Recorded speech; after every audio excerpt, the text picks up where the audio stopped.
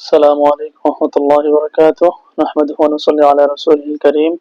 أما بعد فأعوذ بالله من الشيطان الرجيم. بسم الله الرحمن الرحيم. الحمد لله. সমস্ত প্রশংসা মহান আল্লাহ তাআলার দরবারে, লাখ কোটি শুকরিয়া তার দরবারে জানাই।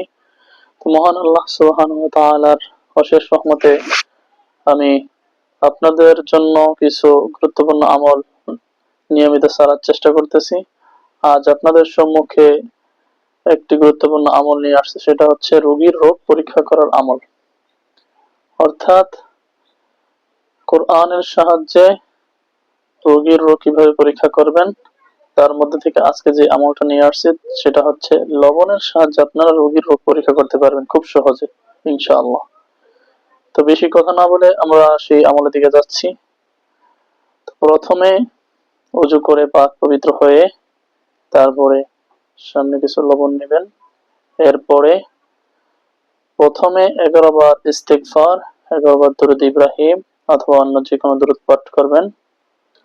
দরুদ ইব্রাহিম হলে ভালো হয়। তারপরে আউযু বিল্লাহি এবং বিসমিল্লাহ সহ প্রথমে আউযু বিল্লাহি মিনাশ শাইতানির রাজিম বিসমিল্লাহির রহমানির রহিম পাঠ করে নেবেন। তারপরে আয়াতুল কুরসির শুরু থেকে নিয়ে একবারে ওয়া সামিউল আলিম পর্যন্ত 7 বার পাঠ করবেন।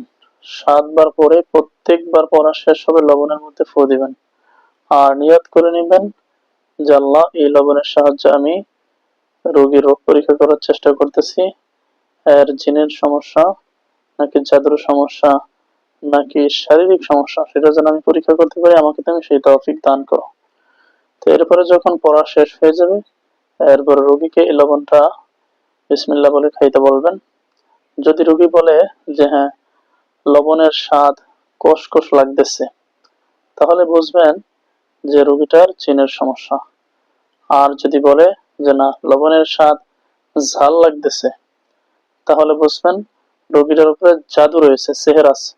আর যদি তিতা লাগে, তাহলে বুঝবেন যে রোগীটার উপর বানের জাদু করা হয়েছে, জাদুটোনা। আর যদি দেখেন যে হ্যাঁ মিষ্টি লাগে, তাহলে বুঝবেন এটা তার ভয়ের কারণ, সে ভয় পাওয়ার কারণে তার এরকম লাগতেছে। আর যদি এই 4টা আলামতের মধ্যে থেকে কোনো একটা আলামত না পান, তাহলে মনে রাখবেন সেটা হচ্ছে আপনার শারীরিক সমস্যা, সেই জন্য ডাক্তার দেখাতে হবে।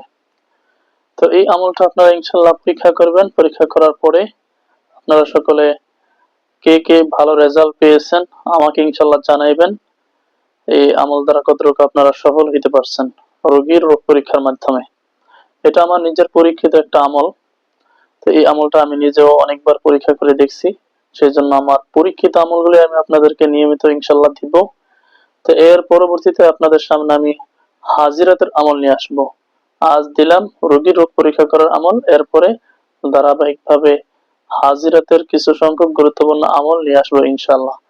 তো সকলে আমার এই চ্যানেলের সাথে থাকবেন, সকলে আমার এই চ্যানেলটা সাবস্ক্রাইব করবেন, লাইক কমেন্ট শেয়ার করবেন। আমার চ্যানেলটা যেন সামনে আমি আগায় নিয়ে যেতে পারি, সেই জন্য আপনারা আমাকে সহযোগিতা করবেন, পরামর্শ দিবেন ইনশাআল্লাহ। আশা করি আপনাদের এই আমলটা ভালো লাগছে আর এই ভিডিওটা ভালো লাগছে। তো আজ এই পর্যন্তই। পরবর্তীতে অন্য হাজিরাতের আমল নিয়ে ইনশাআল্লাহ আপনাদের সম্মুখে দেখা হবে ইনশাআল্লাহ। আসসালামু আলাইকুম ওয়া রাহমাতুল্লাহি ওয়া বারাকাতুহু।